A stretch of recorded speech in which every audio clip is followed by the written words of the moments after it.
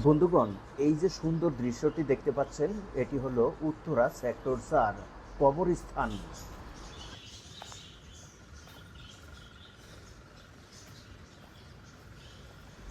এই কবরস্থানটি হলো উত্তরা ৪ নং সেক্টরের ৯ নং রোডের একেবারে পূর্ব মাথায়।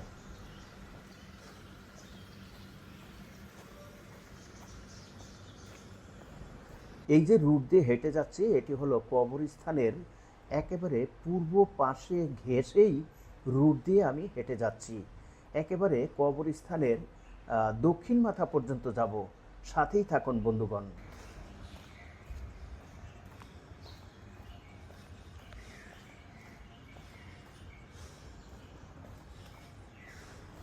কবরস্থানের একেবারে দক্ষিণ মাথায় আমি এসে গেছি। ডান দিকে টার্নিং করে এখন আমি পশ্চিম দিকে যাচ্ছি। বন্ধুগণ, এখন আপনারা কবরস্থানের দক্ষিণ পার্শ্ব একেবারে পুরোপুরি দেখতে পাচ্ছেন। কবরস্থান ঘেঁষেই ফুটপাত আছে, এই ফুটপাত দিয়েও হেঁটে আসা যাওয়া করা যায়। আবার যানবাহন চলার জন্য যে রুট, সেই রুট দিয়েই আমি হেঁটে যাচ্ছি। তারপর একেবারে পশ্চিম মাথায় যাব। পশ্চিম মাথায় যেয়ে আমি আবার ডানে টার্নিং করব। আবার ব্যাক করে দেখাচ্ছি, ব্যাক করে আবার সামনের দিকে যাচ্ছি। বন্ধুগণ, উত্তরা ৪ নং সেক্টরের কবরস্থানের একেবারে পশ্চিম পাশ দিয়ে আমি হেঁটে যাচ্ছি উত্তর দিকে।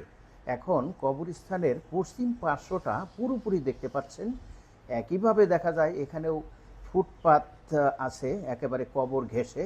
আবার যানবাহন চলাচলেরও মেন রুট আছে। আমি সেই রুট দিয়েই হেঁটে যাচ্ছি, যেন সম্পূর্ণ অংশটি দেখতে পান আপনারা। আমি এভাবে হেঁটে হেঁটে যে কবরস্থানের মেন গেট আছে, সেই গেটের সামনে আমি চলে যাব।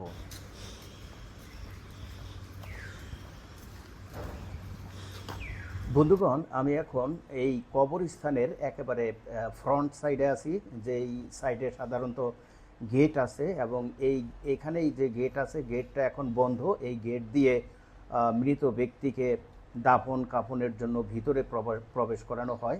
এখানে আমরা দুটি ছবি দেখছি শিশুর।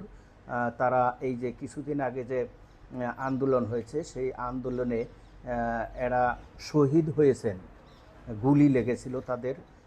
তাদের দাফনও এই কবরস্থানেই করা হয়েছে। সেই দুই শিশু বাচ্চার ছবি কবরস্থানের একেবারে গেটের সামনে হ্যাঙ্গিং করে রাখা হয়েছে, সবাইকে অবগত করার জন্য।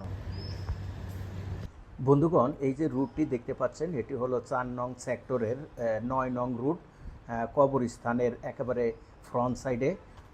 বিশেষ বিশেষ বড় কিছু অনুষ্ঠান হলেও উত্তরাতে তখন এই রুটেই অনুষ্ঠিত হয়ে থাকে।